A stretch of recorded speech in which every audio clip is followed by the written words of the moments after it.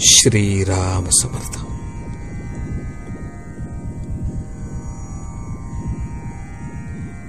अखंड नामस्मरणात राहणे म्हणजेच उपासना.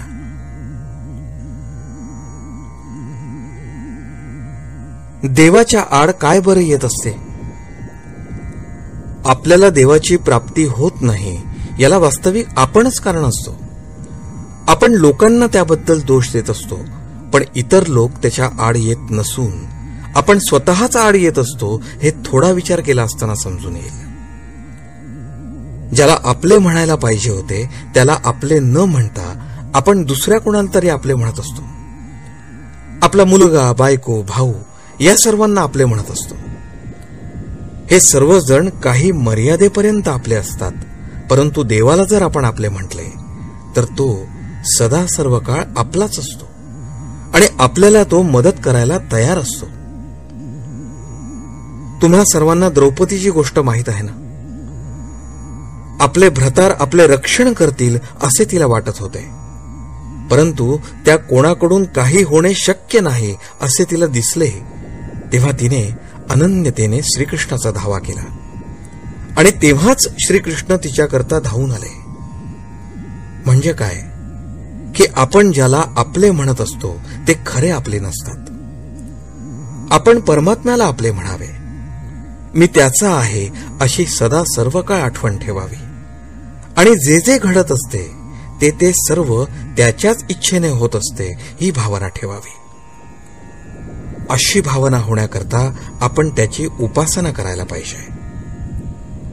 उपासना करणे म्हणजे तरी काय? आपण देवाचे आहोत, आपण नेहमी त्याच्या सान्निध्यात आहोत असे वाटणे.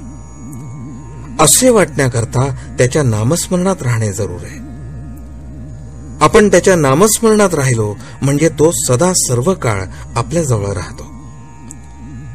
तुम्ही कुणाचे नाव घेतले म्हणजे त्याची मूर्ती जशी तुमच्या ध्यानात येते त्याप्रमाणे देवाचे नाव घेतले म्हणजे तो तुमच्या जवळ असतो.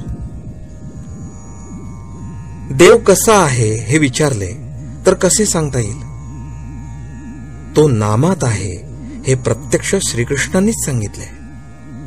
नाम हे त्याचे रूप, म्हणून नामस्मरण केले म्हणजे देवाला तुमच्या जवळ येणेच भाग पडते.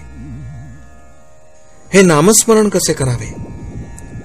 समर्थांनी सांगितले, काहीच न करुनी प्राणी राम नाम जपे वाणी तेणे संतुष्ट चक्र पाणी भक्ता लागी सांभाळी.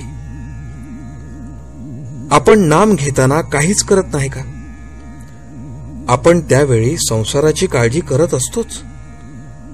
म्हणजेच त्यावेळी आपण आपला मीपणा ठेवून नामस्मरण करत असतो. मीपणा रहित जो नामस्मरण करील त्यालाच देव सांभाळीत असतो आणि जो स्वस्थ राहील त्याचा योगक्षेम देव चालवत असतो. आजचे बोधवचन.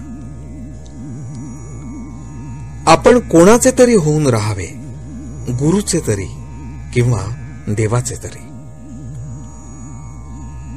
जानकी जीवन स्मरण. जय जय राम.